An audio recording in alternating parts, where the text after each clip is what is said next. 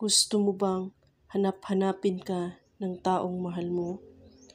Gawin ito upang hindi siya mapapakali na hanap-hanapin ka niya. Gamit lang ang isang basong tubig.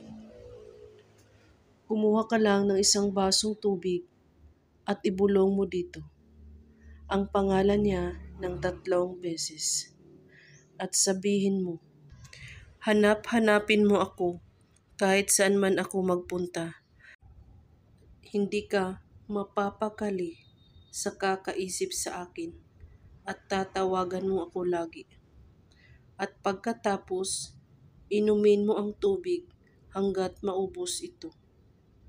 Gawin ang ritual na ito para hindi na siya titingin sa iba.